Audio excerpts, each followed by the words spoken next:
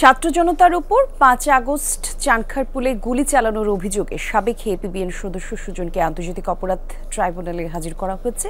এ বিষয়ে আরও জানাতে ট্রাইব্যুনাল থেকে যোগ দিচ্ছেন সহকর্মী রিয়াজ রায়হান। রিয়াজ, তার বিরুদ্ধে আর কি কি অভিযোগ আছে জানাবেন, আর সেই ক্ষেত্রে পরবর্তী আইনি প্রক্রিয়া কি হতে পারে? এটি আলোচিত ঘটনা ৫ই আগস্ট যখন ছাত্র জনতার বিক্ষোভ উত্তাল পুরো দেশ, এবং যেদিন বিগত আওয়ামী লীগ সরকারের প্রধান শেখ হাসিনা দেশ ছেড়ে পালিয়ে গিয়েছিলেন, সেদিন সকাল থেকে চানখারপুল মোড়ে পুলিশ অবস্থান নিয়েছিল ছাত্র জনতাকে ছত্রভঙ্গ করতে, এবং তাদেরকে বিভিন্ন জায়গা থেকে মোড়ে মোড়ে আটকে দেওয়া হয়েছিল।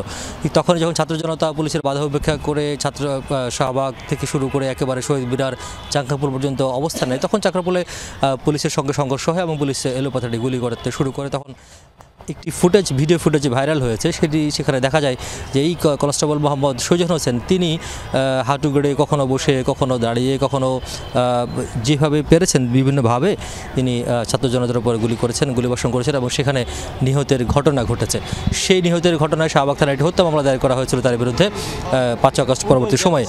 তারপর সেই মামলাতে এই চলতি মাসের ১ তারিখ অর্থাৎ ১ জানুয়ারি তাকে আইসিটি মামলা যেটা রয়েছে ইন্টারন্যাশনাল ক্রাইমস ট্রাইব্যুনাল অর্থাৎ আন্তর্জাতিক অপরাধ ট্রাইব্যুনালের মামলায় তাকে গ্রেফতার দেখানোর জন্য আবেদন করে প্রসিকিউশন, তখন তাকে আজকে অর্থাৎ ১২ই জানুয়ারি তাকে আদালতে ট্রাইব্যুনালে হাজির করার জন্য নির্দেশ প্রদান করা হয়। সেই অনুযায়ী সকাল ৯:৩০ থেকে ১৫:১০ নাগাদ সকাল ১৫:১০টার দিকে তাকে ট্রাইব্যুনালে হাজির করা হয়েছে। কিছুক্ষণ পরে শুনানি হয়তো শুরু হবে এই মামলার।